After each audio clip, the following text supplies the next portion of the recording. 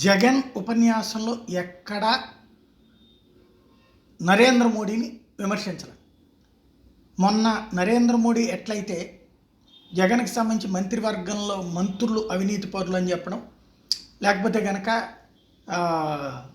అన్నా చెల్లెళ్ళిద్దరూ ఒకటే అన్నటువంటి తరహాలోనే ఇక్కడ మోడీ కాళ్ళు పట్టుకున్నారు. అప్పట్లో మోడీ చంద్రబాబు పవన్ కళ్యాణ్ పేరుతో మేనిఫెస్టో వచ్చింది.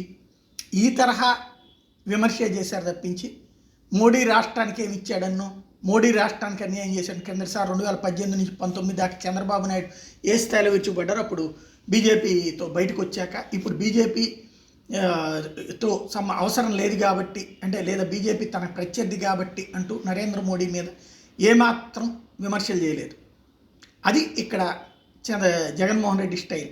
అట్లాగే చంద్రబాబు నాయుడు జగన్మోహన్ రెడ్డిని ఒక్కడనే టార్గెట్ చేశారు తప్పించి కాంగ్రెస్ పార్టీని కానీ, రాష్ట్రానికి కాంగ్రెస్ అన్యాయం చేసిందని కానీ, కాంగ్రెస్ పార్టీ వలన ఈ రాష్ట్ర విభజన అస్తవ్యస్తంగా జరిగిందని కానీ ఒక్క విమర్శ చేయట్లేదు.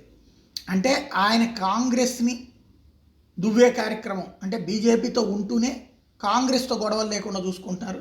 ఈయన ఇండివిజువల్గా ఉంటూనే బీజేపీతో గొడవలు లేకుండా చూసుకుంటున్నారు, కాంగ్రెస్ పార్టీని విమర్శిస్తూ ఉన్నారు. ఇది తేడా.